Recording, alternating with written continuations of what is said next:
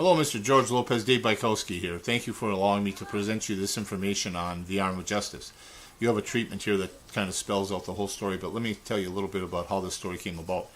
In 2008, I had a right knee, below the knee amputation of my right leg, and that was due to complications in neuropathy. And while I was in rehab, I came up with the arm of justice.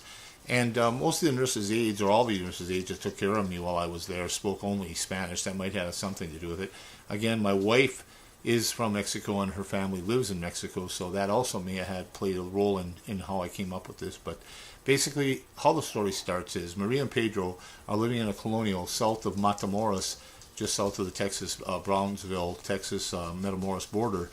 And while they're there, Maria is 7 months pregnant with our lead character, Jorge. Now, her sister, Juanita, has just delivered a baby up in San Antonio, Texas, and Maria wants to go visit her. So they get their paperwork together and they go, because Maria doesn't want to visit her after her child is born. She wants to do it now.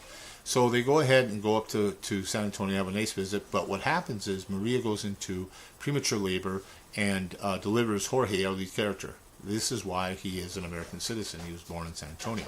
They go back to Mexico, but they never tell Jorge because she cannot have any more children, and they don't want to lose the only child they have to moving to the United States. Despite of the wonders, what that wonderful things can happen for somebody that is from Mexico being a citizen in the United States. When people are always swimming across and coming over illegally, he was in fact an American. So he goes on and he grows up and he's going to law school. There's a little girl in the colonial by the name of Elizabeth, and she's got a big crush on him. And he's always nice to her. He always pats her on the head and takes time to talk to her. And so he's going through law school and he graduates. And Juanita and Carlitos, his cousin, come down for the first time because Juanita now has her paperwork in order. She was an undocumented citizen until just recently, and they can watch and participate in his graduation celebration. So while down there, Carlitos spills the beans that Jorge is an American citizen, which doesn't bode well. And this is why he ends up going back to the United States with Carlitos. Okay? And while there, he gets an opportunity to go to work in a meat factory plant, making more money, and that's how he ends up into the factory.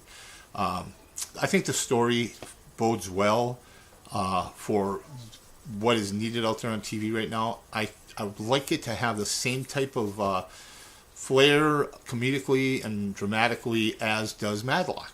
And I think it's completely different, but when I think about this, I only come up with one person for this role, and that's George Lopez. And I think it's just really made for you.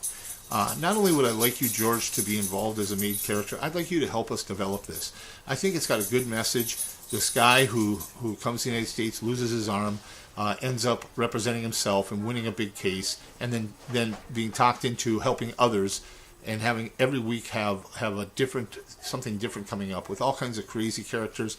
I just think it's just needed, and we need something with Hispanic theme.